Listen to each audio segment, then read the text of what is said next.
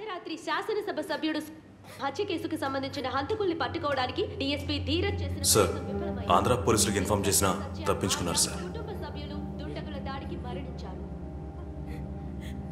బాధపడకండి, ప్రియకి ఏం కాదు, ఊరుకోండి.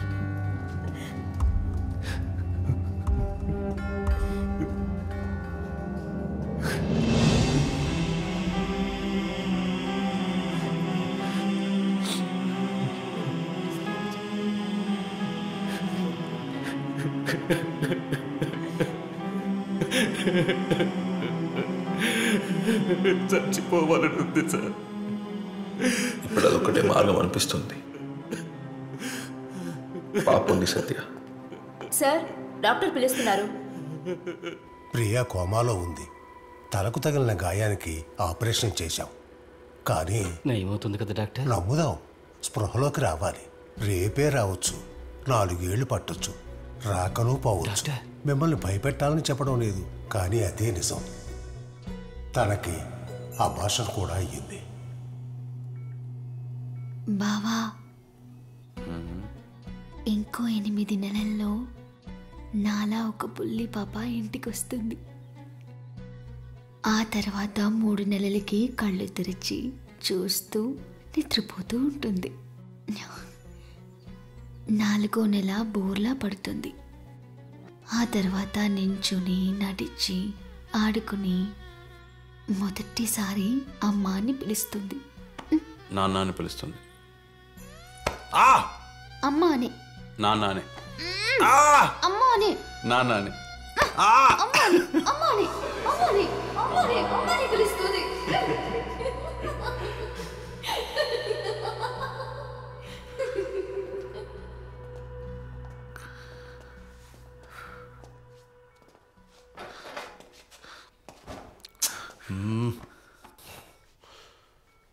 ధీరజ్, మీ ఇద్దరిని ఆపరేషన్స్ నుంచి రిలీవ్ చేశాను. సార్, మేము ఖచ్చితంగా ఈ ఆపరేషన్లో ఉండాలి సార్. కోపంలో డెసిషన్ తీసుకోకండి. పర్సనల్ లాస్ ఎక్కువగా ఉన్నందువల్ల చెప్పాను. కాదు సార్, నాకు 5 ఏళ్ళప్పుడు ఈవినింగ్ చాక్లెట్ కొనుక్కొస్తానని యూనిఫామ్ వేసుకుని డ్యూటీకి వెళ్ళిన మా నాన్న మళ్ళీ ఇంటికి రాలేదు సార్. అది ఎప్పుడు ఒక పర్సనల్ లాస్గా మా అమ్మ నన్ను ఫీల్ అవ్వనివ్వలేదు సార్. డ్యూటీలో చనిపోయే అదృష్టం అందరికి దొరకదని మా నాన్న నీతి నిజాయితీ గురించి చెప్పి పెంచింది సార్. ఈ రోజు వరకు హరిప్రసాద్ గారు అబ్బాయిని గర్వంగా చెప్పుకుంటున్నాను సార్. నా పిల్లలు నా పేరు పొగరుగా చెప్పుకోవాలి సార్. ఇది కోపమో రివెంజో కాదు సార్. ఇప్పుడు కేసుని వదిలేస్తే జీవితాంతం మేమిద్దరం మాకిచ్చిన డ్యూటీ సరిగా చేయలేదని బాధపడుతూనే ఉంటాం సార్. ప్రొసీడ్.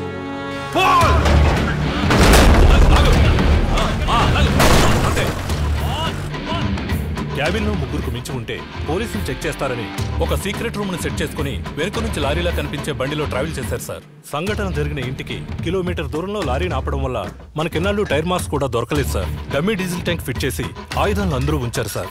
ప్రతిదీ పక్కగా ప్లాన్ చేసి చేశారు సార్. నార్త్ కి కొంచెం కొత్త వాళ్ళని, నిజాయితీగా ఉన్న వాళ్ళని తీసుకెళ్ళండి. సీనియర్స్ అంతా ఎంక్వైరీ చేయకుండా నిద్రపోయి వెళ్ళాం, అక్కడ ఎవరు లేరు అని అబద్ధం చెప్తారు. నజీర్ సార్, టీంలో ఉంచుకోండి. హిందీ బాగా వచ్చు.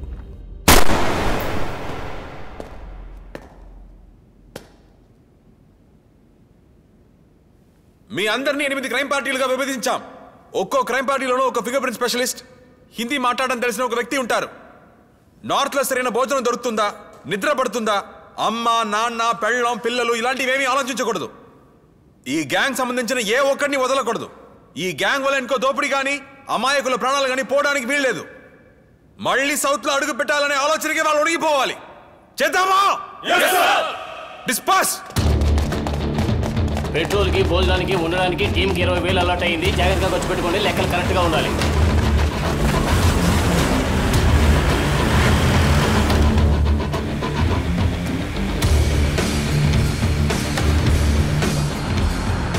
తిహార్ జైల్లో ఉన్న తమిళనాడు క్వార్టర్స్ని మీనా ఆఫీస్గా చేసుకొని ఒక్కో టీం ఒక్కో స్టేట్కి వెళ్ళింది. నేను రాజస్థాన్లో క్యాంప్ సెట్ చేసి పని మొదలు పెట్టాను.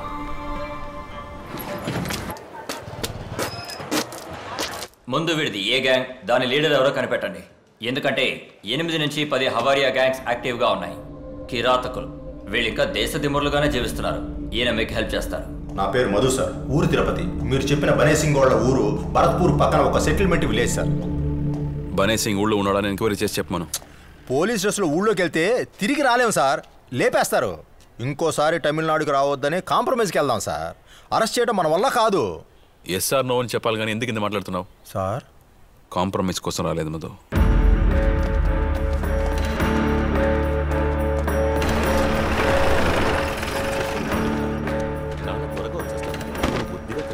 సరేనా? నమస్తే సార్. నాన్న నీకు వచ్చేటప్పుడు సార్ బనే సింగ్ ఊళ్ళో ఉన్నాడు.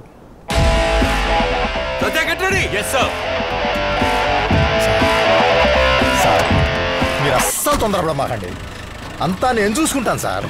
బండెక్కు. నేను రావాలా? ఎక్కువ సార్ వాళ్ళ సంగతి మీకు తెలీదు.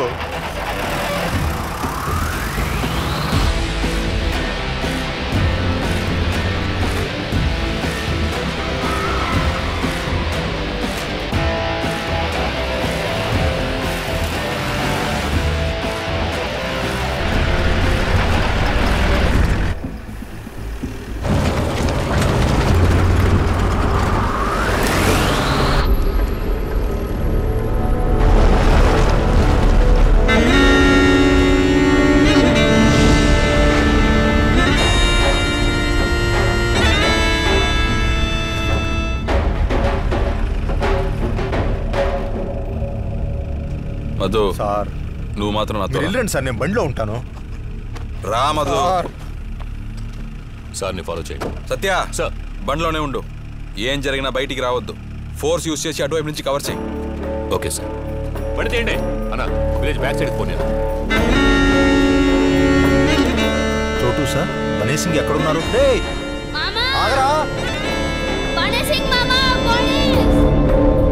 भैया, गांव में पुलिस आ गया।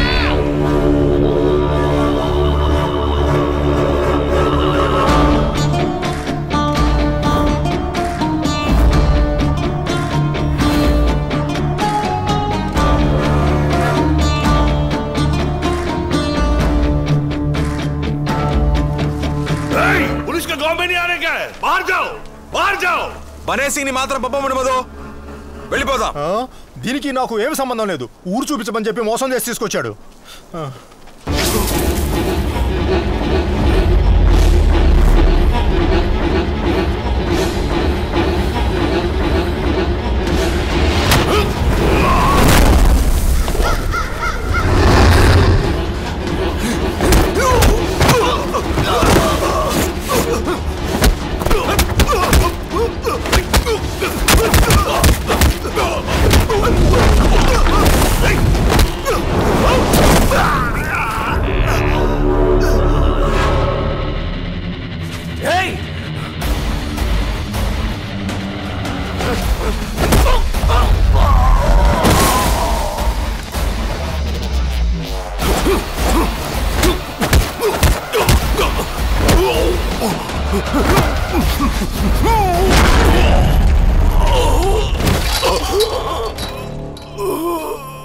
बर्बाद हो जाएगा।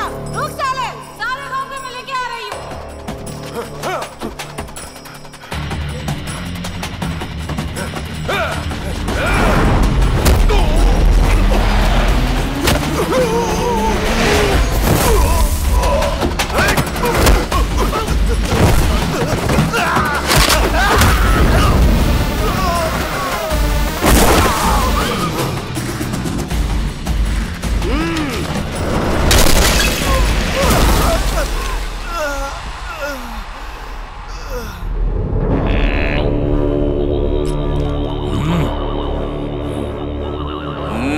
रुको, मैं देख लेता हूं.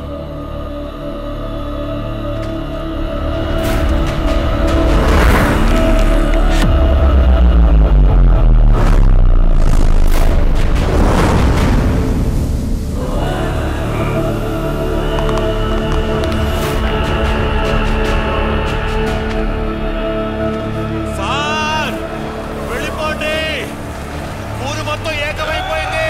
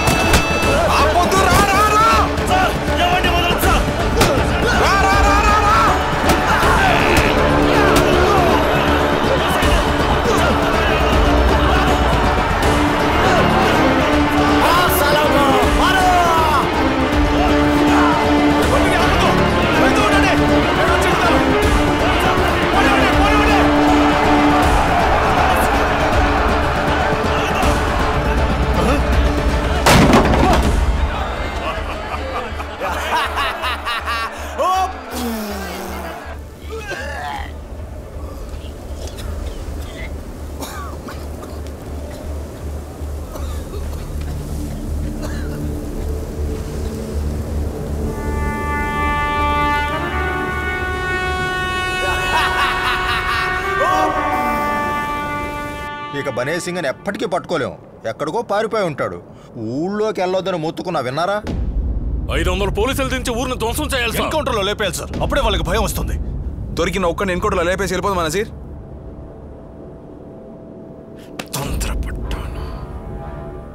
మధు, హవేరియాస్ని డీల్ చేసిన పోలీస్ ఇన్ఫార్మర్ని కలవాలి. వాళ్ళెవరు నోరిప్పరు సార్. ఇంత జరిగినా వీళ్ళకి బుద్ధి రాలేదంటే ఇంకా ఊరు బయలుదేరలేదా? తొందరగా వెళ్ళండి. ఇక్కడే ఉంటే అందరూ చస్తారు. మీరు తల్లకిందులుగా నిల్చున్నా పట్టుకోలేరు. ఎందుకంటే వాళ్ళు 5 రాష్ట్రాల్ని కనెక్ట్ చేసి ఆరావళి పర్వతాల్లో దాక్కుంటారు. వెతుక్కుంటూ వెళ్ళినా మన పక్కనే ఉన్న కూడా కనిపెట్టలేం. ఒక చోటు నుండి ఇంకో చోటుకి వెళ్ళిపోతూ ఉంటారు. అసలు పట్టుకోలేం. నేనే కాంప్రమైజ్కి అరేంజ్ చేస్తాను. మాటిస్తే మద్రాస్ జోలికే రారు. సొంత స్టేట్లో క్రైమ్ చేయరు. అన్ని స్టేట్లకి వెళ్ళటం వల్ల అన్ని భాషలు మాట్లాడతారు. ఒక బిడ్డను చూస్తున్నారంటే వాళ్ళ కంటికి ఆ బిడ్డ కనపడదు, దాని మెడలో ఉన్న నగే కనపడుతుంది. వాళ్ళు అసలు మనుషులే కారు. ఆచూకీ చెప్తే మొత్తం కుటుంబాన్నే లేపేస్తారు.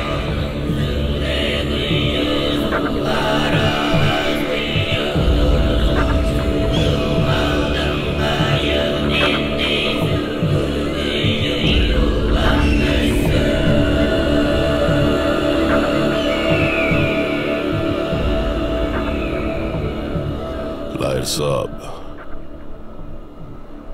ఇంతవరకు నన్ను పట్టుకోవడానికి ఏ పోలీసు నా వెంట పడలేదు. అలాంటప్పుడు ఈ మద్రాసి పోలీసులు మాత్రం ఎలా? గుమ్మడిపండులో మీరు ఎమ్మెల్యేని చంపేశారు. ఎమ్మెల్యేని వేసేసానా?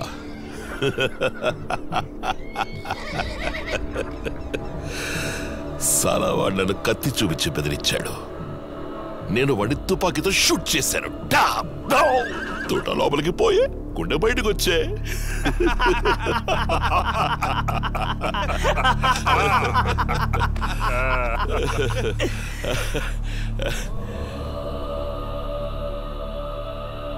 కానీ హత్య చేసింది మేమేనని ఎలా కనిపెట్టారు? వేలిముద్రలతో. వేలిముద్రలా? మదరాసీలతో చాలా జాగ్రత్తగా ఉండాలి. ఈ చిన్న ఆధారంతోనే ఇంతవరకు వచ్చేశారు. బనే సింగ్, వాళ్ళ మీద నువ్వు మీ ఊళ్ళో దాడి చేయడం తప్పు. ఆ మద్రాసి ఒంటరి వాడు కాదు, వాడు గవర్నమెంట్. కొద్ది రోజులు వెతికి అలసిపోయి వాళ్లే వెళ్ళిపోతారు. అంతవరకు ఎవరికీ దొరకకుండా ఎక్కడికైనా వెళ్ళి ప్రశాంతంగా పనిచేసుకోండి. అవసరమైతే నేనే లాయర్తో కబురు చేస్తాను. నేను ఆరవల్లి కొండల్లో బూడిద తోడేళ్ల ఆశీర్వాదంతో క్షేమంగా ఉంటాను. జై బావులే.